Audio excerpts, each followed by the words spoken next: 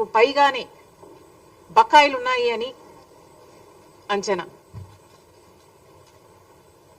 మరి ఇంత అద్భుతమైన ఆరోగ్యశ్రీ పథకానికి జగన్మోహన్ రెడ్డి గారు రాజశేఖర్ రెడ్డి గారు కొడుకయ్యుండి నేను వారసుని అని చెప్పుకుంటూ జగన్మోహన్ రెడ్డి గారు సెప్టెంబర్ 23 తర్వాత ఆరోగ్యశ్రీకి బిల్లులు ఎందుకు కట్టలేదు? జగన్మోహన్ రెడ్డి గారు సమాధానం చెప్పాలి. అసలు రాజశేఖర్ రెడ్డి గారికి ఈ పథకం ఎంత ఇష్టమైన పథకమో జగన్మోహన్ రెడ్డి గారికి తెలియని విషయం కాదు.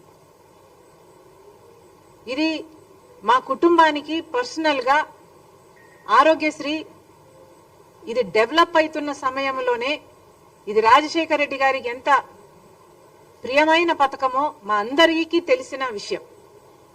అలాంటిది జగన్మోహన్ రెడ్డి గారు సొంత కొడుకై ఉండి నేనే వారసుని అని చెప్పుకుంటున్నారు కదా.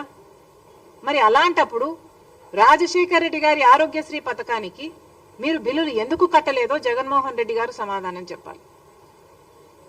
సెప్టెంబర్ లో లాస్ట్ లో 2023 సెప్టెంబర్ 3లో 23కి లాస్ట్ బిల్లు వీళ్ళకి అందిందంట.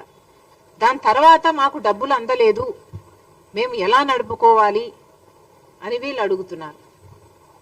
ఈ రోజుటికి దాదాపు 3,000 కోట్ల రూపాయలు వీళ్లకు అప్పులున్నాయి. మరి ఇప్పుడు చంద్రబాబు గారు ముఖ్యమంత్రిగా ఉన్నారు. చంద్రబాబు గారు ఆరోగ్యశ్రీ పథకానికి డబ్బులు ఎందుకు చెల్లించటం లేదు?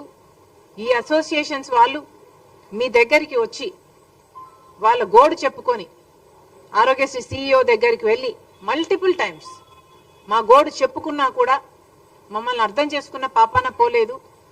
ఎన్నిసార్లు మా నివేదికలు ఇచ్చి మేము అలసిపోయాము.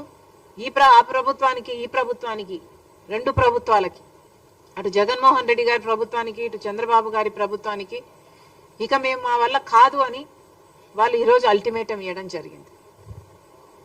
మరి చంద్రబాబు గారిని అడుగుతున్నాం, ఇప్పటికి 2 నెలలు అయింది, మీరు స్వేరింగ్ ఇన్ చేశారు, ముఖ్యమంత్రి అయ్యారు.